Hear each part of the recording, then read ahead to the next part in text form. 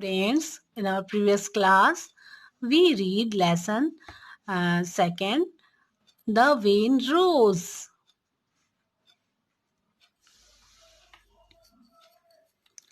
Spring passed and the weather became very hot.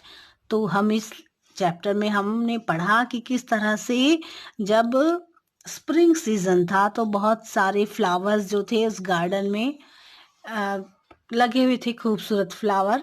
पर जैसे ही गर्मी का सीजन आया तो स्प्रिंग जो बसंत का मौसम था वो बीत गया और गर्मी का मौसम आया तो पानी जो है वो उस समय बारिश नहीं होती और गार्डन में जो जीवन था प्लांट्स के लिए और बर्ड्स के लिए वो डिफिकल्ट होने लगा।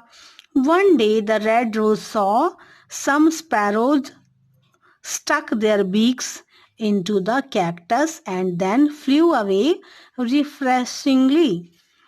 एक दिन रेड रोज ने देखा कि कुछ स्पैरोज जो थी वो कैक्टस पर अपनी चोंच गड़ाकर बैठी रहीं। उसके बाद थोड़ी देर बाद उड़कर चली गई और रिफ्रेश लग रही थी वो, जैसे कि उन्होंने पानी पिया हो, इस तरह से वो रिफ्रेश लग रही थी। It shocked the red rose and the red rose asked the pine tree what the sparrows were doing.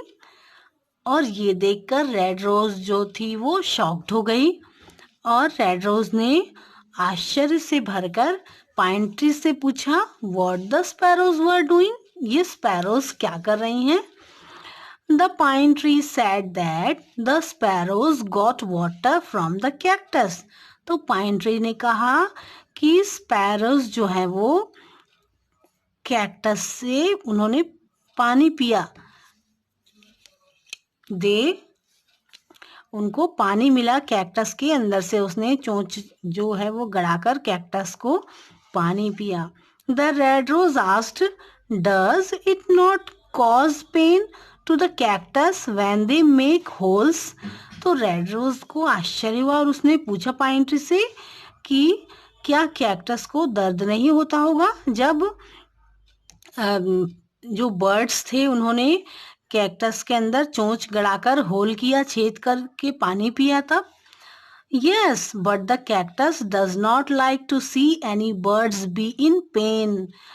तो पाइन ट्री ने कहा हाँ दर्द तो हुआ होगा पर कैक्टस को ये बिल्कुल भी पसंद नहीं है कि कोई बर्ड को पेन हो, कोई बर्ड जो है वो प्यासी रह जाए और वो कोई दर्द में हो, उसे कोई तकलीफ हो। भले ही वह खुद दर्द सह सकता है परंतु दूसरे को दर्द में नहीं देख सकता। The red rose felt very ashamed of its earlier words and behaviour. ये सब सुनकर रेड रोज को उसने जो पहले व्यवहार किया था कैक्टस के साथ उसके लिए उसे बहुत शर्मिंदगी हुई, बहुत ही अपने ऊपर शर्म आई। The red rose learn the lesson. और कैक्टस के इस काम को देखकर रेड रोज ने बहुत कुछ सीखा। क्या सीखा उसने? वन कैनॉट जज the quality of anyone bye it's appearance, कि कोई भी किसी को उसके जो दिखाई देता है उसके ऊपर से उसको जज नहीं करना चाहिए। कोई कैसा दिख रहा है तो उसका स्वभाव कैसा होगा ऐसा बिल्कुल भी जज नहीं करना चाहिए हमको किसी को भी देखकर। Look at this picture. इस पिक्चर में आप देख सकते हैं कि एक स्पैरो जो है वो कैक्टस में अपनी चोंच गड़ाकर वो पानी पी रही है ना। इस तरह से स्पैरोज जो है वो कैक्टस के अंदर जो पानी इकट्ठा रहता है उसे पीकर अपनी प्यास बुझाती है। और ये देखिए रेड रोज है, ये कैसे देख रहा है उसे, बिल्कुल आश्चर्य से देख रहा है ना। सो वी कैनॉट जज the quality of anyone bye it's appearance.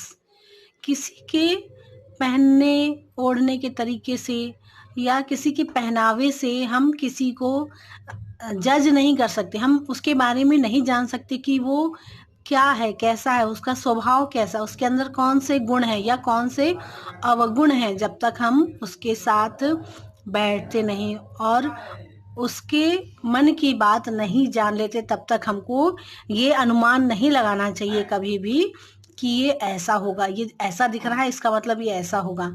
कई लोग भले ही साधारण दिखते हैं परंतु उनके अंदर बहुत सारे गुण होते हैं, और कई लोग बहुत डेंजर दिखते हैं पर वो बहुत ही नम्र स्वभाव के होते हैं।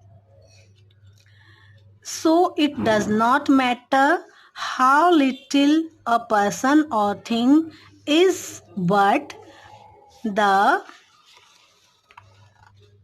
they all serve some purpose.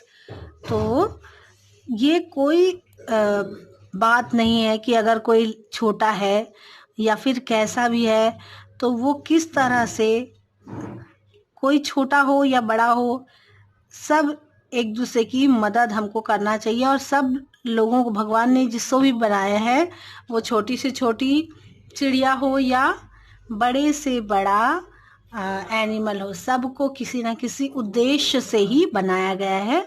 भगवान ने किसी न किसी उद्देश्य से ही सबको बनाया है।